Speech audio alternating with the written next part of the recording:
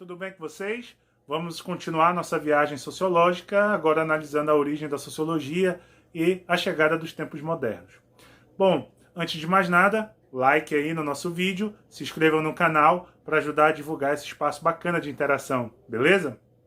Bom, compreender as mudanças que ocorreram ao longo do tempo e que possibilitou o surgimento da sociologia no século XIX, nos leva a uma análise específica aí a partir do século XV, e isso vai fazer a gente utilizar os nossos ensinamentos de história para compreender todo um processo de transformação que ocorreu ao longo dos séculos, sobretudo a partir do Renascimento, né, desse período importante.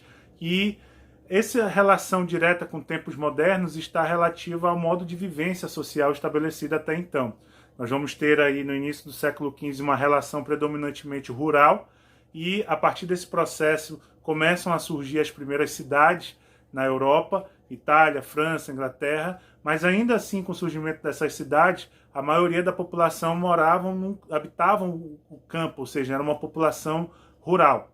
Mas ainda que com um número menor de pessoas, essas primeiras cidades estabeleceram alterações do ponto de vista cultural, econômico e até mesmo político.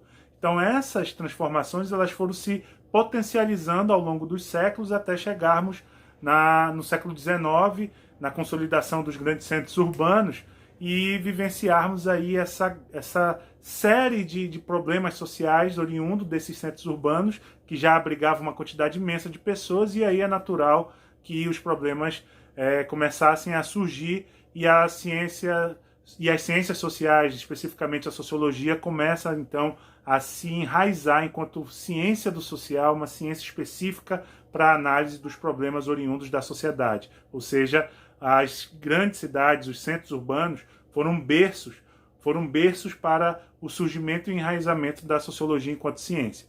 Mas antes da gente continuar aí com essa análise, eu gostaria de fazer um corte aqui e falar um pouco sobre um pensador importante da sociologia chamado Auguste Comte, porque ele traz para a gente, apesar de ser um pensador muito polêmico com relação aos seus ensaios, ele é tido por alguns como o pai da sociologia. Mas Comte trouxe a lei dos três estados, que na verdade são relativos a estados de conhecimento ao longo da história humana. E ele vai tirar ali, fazer cortes. Então vamos ter o período religioso, né, o teológico, nós vamos ter o monoteísmo, o politeísmo, todas essas manifestações religiosas pautadas no teísmo são religiões que têm a figura de um deus ou de deuses como centro da sua devoção, certo? Então, assim, por exemplo, eu tenho certeza que muitos de vocês já devem ter assistido os Vikings, aquela série lá da Netflix. Lá nós observamos os conflitos por espaços, por terras, mas também nós temos conflitos com questões religiosas. Os politeístas, que possuem, cultuam vários deuses, e os monoteístas, que têm apenas a figura de um deus. Todos são religiões cristãs. Mas, enfim, voltando aqui à nossa análise, as cidades, as relações nas cidades vão ser o grande berço aí de surgimento da sociologia, porque elas vão estabelecer uma série de transformações nas vivências sociais e mais adiante, inclusive, nas relações que o indivíduo vai ter com a figura do trabalho, que vai potencializar o surgimento dos problemas sociais e vai fortalecer a sociologia enquanto ciência, que vai se debruçar a analisar os primeiros conflitos que surgem dentro dos cenários urbanos.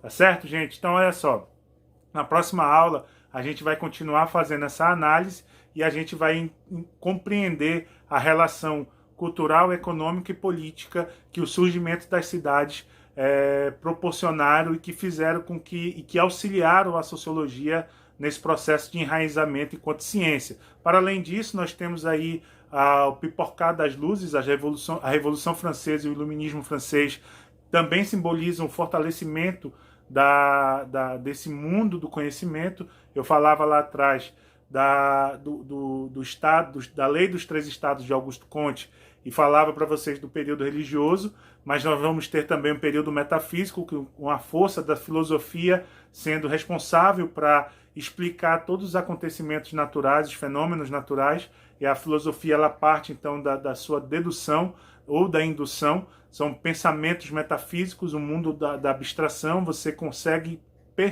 pela percepção, explicar os acontecimentos em sociedade. O período religioso, as religiões se encarregavam de estabelecer as explicações com relação aos fenômenos da natureza e tudo mais.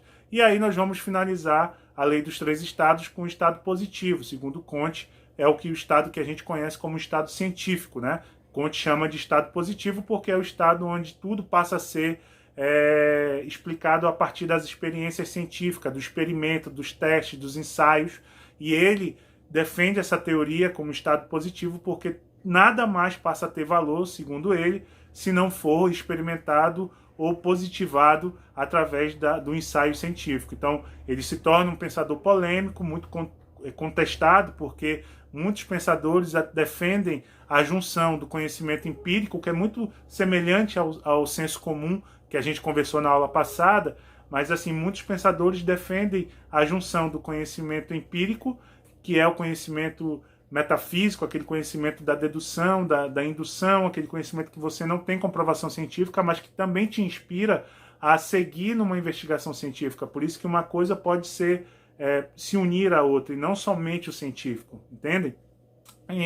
Mas, de qualquer maneira, essa lei dos 3 estados também revela muito, porque ele descreve no estado positivo o fortalecimento das ciências, a medicina, a biologia, a física do Isaac Newton.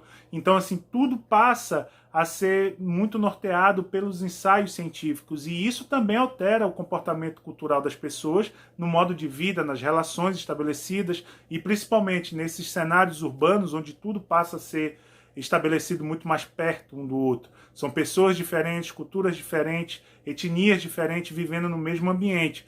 E certamente a gente, nos dias de hoje, compreende que as estruturas das cidades não comportam a grande demanda e muitas pessoas vivem à margem da qualidade de vida relativa ao saneamento básico, à água, à energia.